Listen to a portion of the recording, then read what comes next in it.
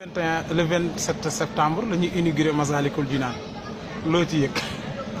waaw Massalik moom li ma ci yëg mooy bala ma ci wax dara damay ñaanal Ablaye Wade. Ablaye Wade. waaw.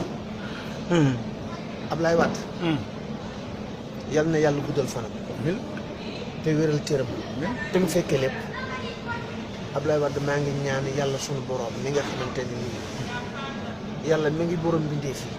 maa ngi koy ñaan ci darajay jaali batal maraqib darajay tey sul asir darajay mafatul bisri mu bàyyi fi Ablaye Wade wéral ko ba mbooleem naal yi mu naalal lislaam ak diine yëpp mu fekke ko ci darajay Sëñ Tuubaa Xaadimu Rasuul bis bi ñu ubbi Masalik nag wax dëgg yàlla man am naa ci mbégte mu rëy waaye mbégte bi ma ci jëkk am mooy jëmmam rek du tedd ji Ablaye Wade rek laa ci yëguma ci leen waaw ndax Sëñ Tuubaa moom dara jomb ko waaye Ablaye Wade mi nga xamante ni taalibe Sëñ Tuubaa la di président de la République fab nguur gi teg ci suuf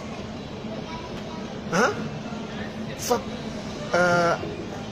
darajay nguur gi teg ci suuf fab Sëñ Tuubaa teg ci kaw ba natt pàkk bi jox ko Sëñ Tuubaa ñu tabaxal ko ci jumaa ji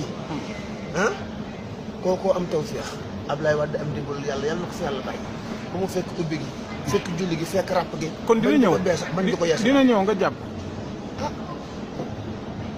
loolu moom dese na maa leer. ndax man lu ma leer rek laay. waaye bëgg nga mu ñëw. su ma sañoon. mooy jëkk a ñëw man su ma sañoon Ablaye Wade mooy jëkk a ñëw.